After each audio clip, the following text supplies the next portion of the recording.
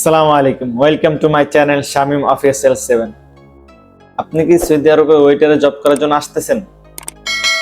ওয়েটারের 4টি টপিক নিয়ে আজকে আমি কথা বলবো।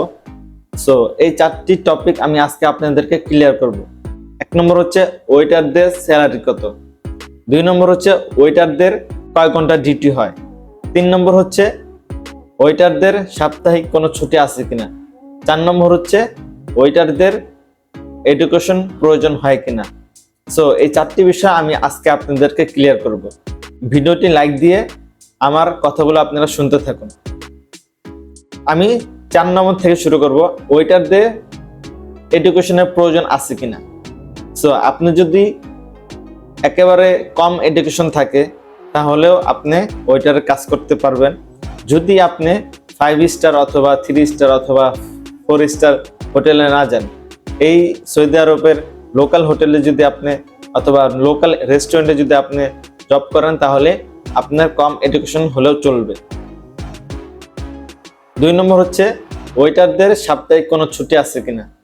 হ্যাঁ ভাই, ওয়েটারদের সাপ্তাহিক ছুটি আছে, এবং কি আপনি যদি অসুস্থও থাকেন সেদিনকেও আপনি ছুটি নিতে পারবেন।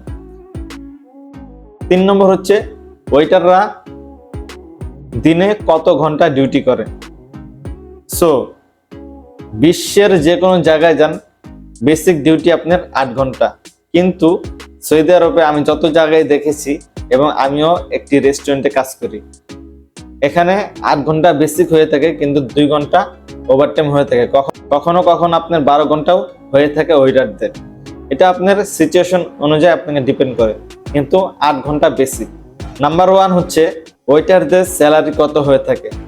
আপনার যদি কোনো এডুকেশন না থাকে তাহলে আপনার স্যালারি হবে মিনিমাম 1000 থেকে 1200 রিয়াল। সো সেটা আপনার আরো বেশিও হতে পারে, সেটা আপনার রেস্টুরেন্ট অনুযায়ী আর আপনার এডুকেশন অনুযায়ী। আমি এটা আপনাদেরকে মিনিমাম বলে দিলাম, স্যালারি আপনার 1000 থেকে 1200 রিয়াল পেয়ে থাকবেন আপনি যদি একেবারে নতুন আসেন সৌদি আরবে রেস্টুরেন্টে কাজ করার জন্য। এই হচ্ছে গিয়া আমার এই 4টি টপিক। আশা করি আমি এই 4টি টপিক আপনাদেরকে ক্লিয়ার করতে পারছি। সো আমার এই ভিডিও যদি আপনাদের ভালো লাগে তাহলে অবশ্যই লাইক দিবেন, কমেন্ট করবেন, আর হ্যাঁ, সাবস্ক্রাইব করে পাশের বেল আইকন বাজিয়ে দিবেন।